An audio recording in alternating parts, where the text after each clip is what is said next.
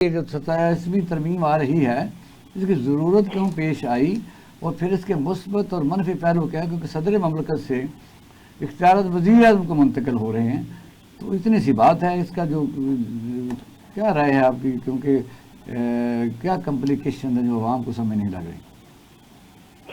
जी बिस्मिल्लाहिर्रहमानिर्रहीम।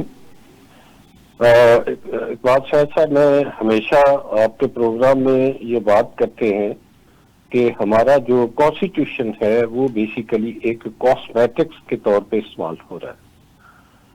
जो भी दुनिया का बेहतरीन कोई कॉन्स्टिट्यूशन हो, उसके 3-4 ऐसे जो प्रिंसिपल्स होते हैं, उसके ऊपर टच स्टोन के ऊपर हम समझते हैं कि अगर वो उनके ऊपर पूरा उतरता है तो वो एक बैलेंस्ड और एक अच्छा कॉन्स्टिट्यूशन है, एक अच्छा दस्तूर है किसी भी मुल्क का, किसी भी जमहूरियत का। अब यहाँ पे अलमिया ये है, जो हमारे जो कुछ प्रिंसिपल्स हैं उनमें जो सबसे पहला अच्छे दस्तूर के, अच्छे आइन के जो प्रिंसिपल होते हैं वो होता है सबसे पहले फंडामेंटल राइट्स। अवाम के फंडामेंटल राइट्स हैं उसको प्रोटेक्ट किया जाए। दूसरी बात ये होती है कि इंडिपेंडेंस ऑफ जुडिशरी। तीसरी बात ये होती है कि चेक एंड बैलेंस। और चौथी बात जो है वो बुनियादी तौर पे हमारे जितने इस तरह के इश्यूज हैं उसके ऊपर जो सोसाइटी के साथ, स्टेट के साथ डील करते हैं उसके ऊपर हो। अब यहाँ पे अगर जायजा लिया जाए, आपको याद हो कि ये एक अमेंडमेंट जो है वो पहले पॉलिटिकल एस्पेक्ट उसका ये है कि एक मरतबा ये पहले भी अमेंडमेंट जो है वो तैयार की गई और फिर हुकूमत ने उसको विड्रा कर या उसको पुट अप नहीं किया।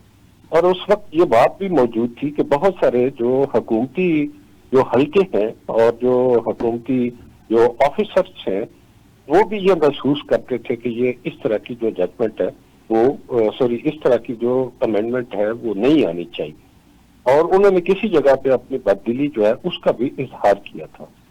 बुनियादी तौर पे एक अरसे से एक वेव चल रही है और वो उस वेव को बुनियादी तौर पे जिस पे बात हम कहते हैं वो कहते हैं कि जो सुपरमेसी ऑफ पार्लियामेंट है उसकी बालादस्ती, जो पार्लियामेंट है तकरीबन जो 48 किस्म की अमेंडमेंट हो रही हैं, एक नहीं है 48 हैं, तो उसमें ख़ास तौर पर जो आपको कौन सी लगती है कि आइन की रूह के मुताबिक नहीं है या ये नहीं होनी चाहिए थी? देखिए, मैं सबसे पहली बात यह है कि जो पार्लियामेंट की बालादस्ती है, हाकमियत उसकी जो है, हमारा आइन जो है वो ये कहता है, जो अभी मैं बात एक करना चाह रहा था कि हमारे आइन में जो एक स्पेशल क्लास या प्रिंसिपल है वो ये है कि हमारा कोई भी शिक ऐसी नहीं होगी जो कुरान और सुन्ना के साथ मुतसादम हो। ये हमारे जो प्रिंसिपल्स की जब बात करते हैं। अब यहाँ पे बात किया कि बालादस्ती जो है, पार्लियामेंट की बालादस्ती बिलाशुबा अपनी जगह पे मौजूद होनी चाहिए, उसके पास एक इख्तियार मौजूद होना चाहिए, लेकिन उसके साथ जो चेक एंड बैलेंस है जिसके ऊपर इंडिपेंडेंस ऑफ जुडिशरी है वो एक बहुत बड़ा चेक एंड बैलेंस होता है। कोई भी दस्तूर, कोई भी आइन दुनिया का अगर उसके अंदर इंडिपेंडेंस ऑफ जुडिशरी नहीं है तो इसका मतलब ये है कि वो जजों को किसने रोका? जब वो जज बन जाते हैं तो उनको किसने रोका कि इंसाफ ना करें? जज बन गया, बात खत्म हो गई। नहीं, दुरुस्त ये आप अंदाजा लगाएं कि अभी अगर बात करें तो आप अभी हमने एक एज बढ़ा दी जो 65 से लेकर 68 तक उसको बढ़ा दी।